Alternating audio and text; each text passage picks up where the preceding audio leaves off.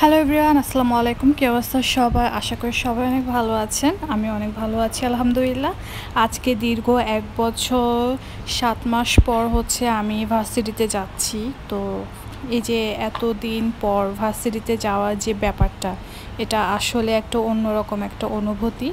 আসলে এই varsity road হতে এই ভার্সিটির সব কিছুতে আমার অনেক রকমের মেমোরি জড়িয়ে আছে। আমার ফ্রেন্ডদের সাথে আমার নিজের সব কিছু মিলে অনেক রকমের মেমোরি এই ভার্সিটির সাথে আছে। তাই এখানে গিয়ে আলাদা একটা শান্তি লেগেছে।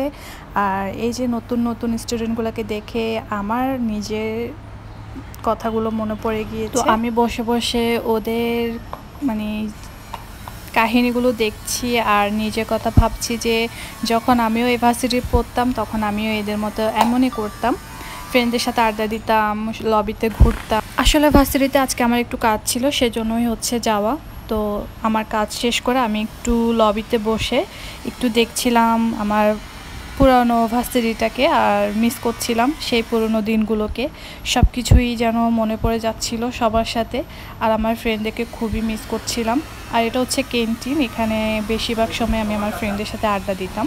দেন আমি আমার কাজকর্ম শেষ করে চলে আসলাম। আর আজকে এত পরিমাণে গরম যে কি বলবো, মানে খুবই গরম আজকে।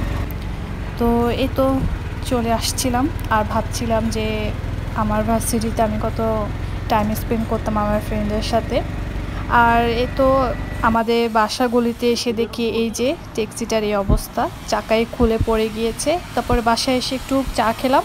এই তো আজকে পর্যন্ত, সবাই ভালো থাকবেন।